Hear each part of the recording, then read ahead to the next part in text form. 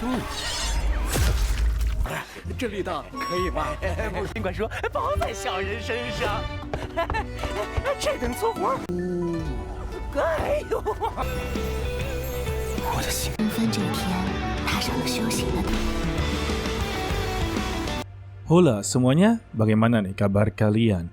Kesempatan kali ini kita akanlah melanjutkan untuklah episode kedua dari Way of Choice atau Cencang Seng.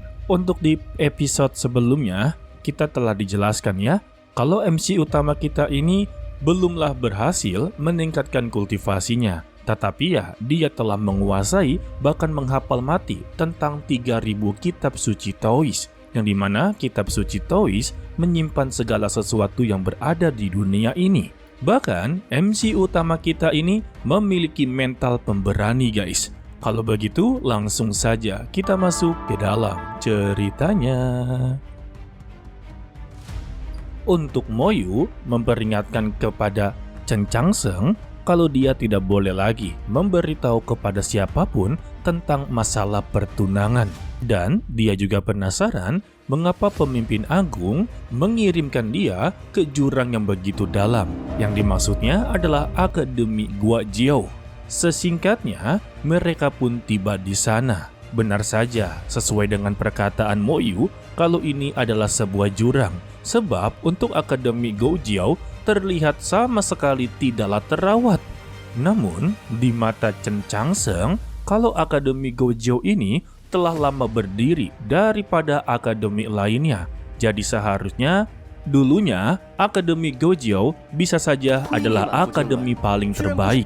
Alasan dia berkata seperti itu ya, karena di dalam 3000 kitab suci yang dia baca, sama sekali tidak ada nama Akademi Gua Jiao. Namun, bagi senior Tang, Akademi Gua Jiao ini dibangun 20 tahun yang lalu, dan kepala akademinya adalah Sang Xingzhou. Namun, adanya sebuah perselisihan dia dengan Sang Permaisuri. Alasannya, karena kebijakan dalam pemerintahan kerajaan benar-benar sangatlah tidak masuk akal. Jadi ya, untuk Sang Xingzhou langsunglah memimpin pemberontakan guys. Namun di tengah-tengah pertarungan, pemimpin agung turun tangan dan memberikan sebuah hukuman yang menghancurkan Akademi Gua Jiao. Dan terlihatlah di dalamnya ada bangunan yang telah terbelah dua, dan itu bekas serangan dari pemimpin agung. Tetapi di mata Cencang Seng tampaknya ada rahasia lain yang haruslah diungkapkan. Berbeda dengan senior Tang meminta kepada dia untuklah jangan berpikir lain lagi. Dia hanya penasaran mengapa pemimpin agung mengirim dia ke Akademi Gua Jiao yang telah dia hancurkan sendiri. Iya, balik lagi dengan perkataan dari Cencang Seng. Adanya sebuah rahasia yang haruslah diungkapkan guys. Jadi pertanyaan dia kepada Cencang Seng, apakah dia masihlah ingin tinggal di tempat sial seperti ini? Dan kemungkinannya dia tidak akanlah bertemu dengan siapapun. Namun Cencang Seng menerima kalau dia akanlah tinggal di sini. Alasannya, tempat ini sangatlah mirip dengan kuil lama saat dia belajar di desa Xining. Terlebih, dia masihlah mempunyai janji kepada gurunya. Hanya dengan mengikuti ujian dan menjadi orang pertama, maka dia akanlah mengetahui cara untuklah mengubah takdir. Namun, senior Tang kebingungan, padahal dia belum saja membangkitkan kultivasinya. Bagaimana cara dia untuklah mengikuti ujian istana? Alasannya, orang-orang yang mengikuti ujian istana adalah seluruh jenius dari daratan utama. Jadi, dia menganggap kalau Cencang Seng memiliki bakat bawaan yang bisa menerobos ranah dengan cepat. Namun ketika diperiksa, seluruh meridian milik dari Cencang Seng benar-benar rusak. Jadi bisa dikatakan sama sekali tidak ada harapan guys. Sebab untuk ujian istana tersisa 3 bulan. Jika dihitung dalam waktu ya memang tidak ada harapan. Namun dia mengingat perkataan dari gurunya kalau tubuh dia ini berbeda. Jadi selama hasil belum diperlihatkan, maka dia akanlah terus berjuang. Setibanya di perpustakaan, pintunya telah dikunci oleh Dewan Agung. Jadi ya, Cencang Seng langsung mendatangi tempat Dewan Agung, yaitu instruktur Xin dalam mendapati kuncinya. Dan dia terkejut mengetahui kalau Changsheng inginlah membuka perpustakaan Akademi Gojiao, dan dia pun memanggil beberapa tetua untuklah mengusirnya. Alhasil, Changsheng memperlihatkan surat rekomendasi dari pemimpin agung. Awalnya mereka tidak percaya, dan ketika dibuka, ini adalah surat asli. Alhasil, dia pun meminta maaf dan memberikan beberapa harta kepadanya, seperti tunjangan, stempel akademi, dan juga beberapa surat perintah dari Akademi Gojiao. Lantas, Changsheng begitu kebingungan mengapa dia diberikan ini semua. Ternyata, hanya Changsheng sajalah yang berada di Akademi Gojiao. Jadi, menurut peraturan yang ada, saat ini Changsheng adalah kepala akademi, guys. Sebab ya, dia adalah satu-satunya orang yang berada di sana. Meski semua ini sulitlah dipercaya, Changsheng tetaplah menerimanya. Dan dia kembali ke perpustakaan. Ketika berada di dalam, banyak sekali buku yang bisa dia baca. Dan ketika salah satu buku dibuka, dia juga terkejut.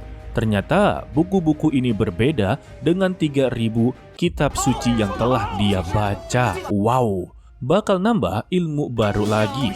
Dan secara tiba-tiba, instruktur Shin dan keempat tetua datang untuklah membantu bersih-bersih, sembari mengeluarkan raut wajah ketakutan, guys. Namun Changsheng tidaklah mengerti apa tujuan dari mereka. Dan karena mereka tetap memaksa untuklah membantu, Changsheng membiarkan mereka untuklah bersih-bersih seisi ruangan perpustakaan, guys. Wah, tampaknya ada sesuatu antara pemimpin agung, guys. Jangan-jangan. Alasan utama mereka membantu karena ini baru pertama kalinya pemimpin agung memilih orang, guys. Orang pertama yang dipilihnya adalah Chen Changsheng. Jadi mereka menganggap kalau Changsheng memiliki bakat yang begitu luar biasa. Bahkan ya, instruktur Shin menebak kalau dia ini telah berada di ranah meditasi tingkat atas. Dan Changsheng memberitahunya kalau dia belumlah berkultivasi. Mendengar ini, instruktur Shin sungguhlah terkejut-kejut. Sehingga dia pun menemui Mei Lisa sebagai kepala utama Dewan Agung untuklah mencari solusinya. Karena dia telah ditugaskan oleh pemimpin agung untuklah membimbing Chen Changsheng. Jadi ya, dia akanlah bersama Chen Changsheng berada di Akademi Gojiao. Namun, balasan dari Tuan Mei kalau dia pelan-pelan saja dan tidak perlu untuklah khawatir. Sebab dia juga telah ditugaskan untuklah membimbing Chen Changsheng. Tampaknya cerita kedepannya akanlah lebih menarik, guys. Sedangkan untuk Changsheng, dia mengambil salah satu buku yang bertuliskan teori suci Sum Sum, yang tandanya dia akanlah memulai berkultivasi. Lalu dia tidaklah membuang-buang waktunya. Dari buku yang dia baca, untuklah memulai kultivasi, dia haruslah bisa menyalakan bintang takdir. Setelah dia berhasil, maka ya bintang takdir ini haruslah berada di lautan kesadarannya, agarlah bintang takdir ini akan menjadi milik dia sepenuhnya, guys. Dan bintang takdir ini memiliki tingkatannya masing-masing. Semakin kuat kesadaran ilahinya, maka semakin besar potensi dari bintang takdir. Jadi ya, bintang takdir ini sebagai wadah yang begitu kosong. Semakin kalian kuat ataupun berbakat, maka ya, wadah ini akanlah semakin besar dan bisalah menampung apapun. Maka disebut sebagai memiliki potensi yang begitu besar. Kebetulan ya, dia telah menguasai 3.000 kitab suci Taoisme. Karena dengan mempelajarinya, maka kesadaran ilahinya akanlah semakin kuat. Dan akhirnya, Changsheng memasuki lautan bintang. Dan saatnya dia untuklah menemukan bintang takdir miliknya. Dan terlihatlah bintang takdirnya benar-benar begitu besar. Sebab semua orang bisa untuklah melihat. Dari instruktur Shin benar-benar begitu senang karena untuk kepala Chen benar-benar berhasil berkultivasi. Sedangkan untuk kakaknya dan gurunya turut begitu senang meski ya ada rasa kekhawatiran. Karena untuk bintang takdir milik dari Chanseng benar-benar begitu besar.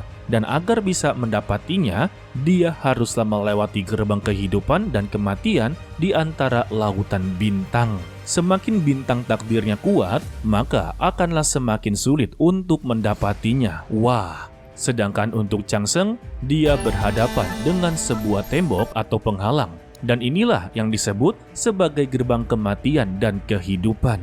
Semua ini tergantung kepada Chanseng ya. Ketika disentuh, Chanseng merasa bahaya. Sebab ya, hanya dengan menyentuhnya saja, kesadaran ilahinya mulai berkurang.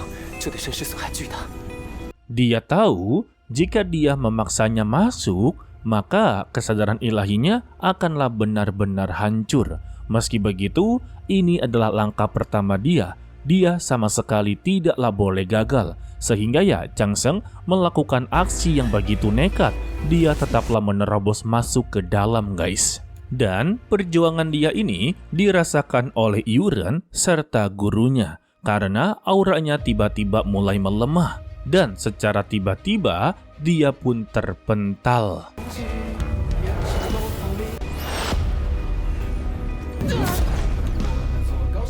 Untuk sang guru hanya tersenyum. Dia tahu apa yang akan terjadi selanjutnya. Begitu juga dengan Tuan Mei meminta kepada instruktur Shin, janganlah terburu-buru dalam menilai sesuatu dan tunggulah apa yang akan terjadi. Sedangkan untuk Chanseng, dia masih memiliki semangat untuklah mendapati bintang takdirnya. Dan dia pun melampaui batasannya. Karena keinginan dia dalam hidup ini untuklah melihat dunia yang begitu indah. Dan dia mengingat janji kepada Su Yurong. Saat dia dewasa nanti, maka dia akan datang ke ibu kota dewa atau ilahi untuklah mencarinya. Dan dia haruslah menepati semua janji-janjinya, terutama untuklah gurunya, yaitu mengubah takdirnya guys. Sehingga Chanseng berhasil untuklah menghancurkan gerbang kematian dan kehidupan. Dengan begini, tandanya dia berhasil untuklah mendapati bintang takdir dan akanlah memulai kultivasinya. Untuk Tuan Mei berkata, bunga ini bukankah sudahlah mekar? Waduh, fenomena bintang takdir milik dari Chanseng benar-benar dilihat oleh semua orang. Sampailah seluruh orang benar-benar penasaran bintang takdir milik siapa.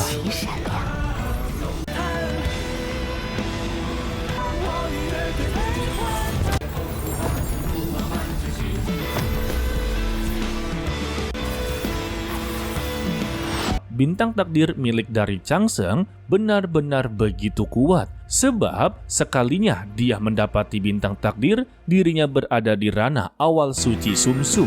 Dan bintang takdirnya ini memiliki kemampuan kebal segala penyakit dan kekuatan yang dahsyat. Wah, calon-calon semua bidang akanlah dikuasai oleh Chanseng. Dari ahli alkemis, ahli formasi, dan juga ahli bela diri. Dan bintang takdir ini menarik perhatian dari gadis berbaju merah dengan harapan orang tersebut bisa menyembuhkan penyakitnya. Kebetulan dia berada di samping rumahnya, sehingga nona baju merah ini mendatangi tempat dari Chanseng. Sayangnya, dia menginjak sebuah formasi dan bertemu dengan jubah hitam yang memanggilnya sebagai yang mulia. Dia sudah lama sekali menunggunya di tempat seperti ini. Sedangkan untuk Chanseng merasakan adanya kejanggalan di tengah-tengah Akademi Gojiao. Dan dia pun langsunglah bangkit berdiri guys. Namun kita bersambung untuklah di episode 2. Di episode 2 kali ini benar-benar begitu epik ya. Mungkin ini karena masih episode 2, pengemasannya begitu sangatlah baik ya. Setiap tokonya memiliki latar belakang masing-masing. Terutama untuklah Tuan Mei sebagai kepala utama Dewan Agung benar-benar memprediksi dengan begitu akurat. Dari meminta instruktur Shin pelan-pelan saja karena dia tidak akanlah dirugikan.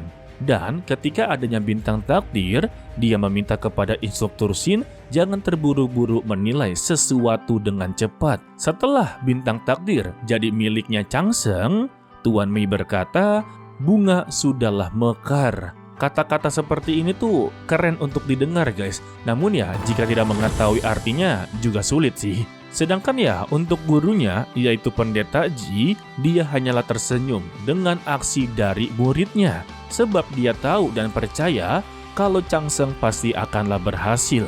Dan kita lanjutkan untuklah di episode 3 setelah ini ya guys. Oke lah, sepertinya cukup sampai di sini saja dulu untuklah video kali ini. Mimin ucapkan terima kasih kepada kalian yang telah menonton sampai akhir. Pesan dari Mimin, tetaplah menjadi orang yang baik, walaupun itu sangatlah sulit. To be continue, sampai jumpa di video berikutnya. Bye-bye. 子忠，大秋你，这力道可以吧？尽管说包在小人身上，这等粗活，哎呦！纷纷这天踏上了修行的路。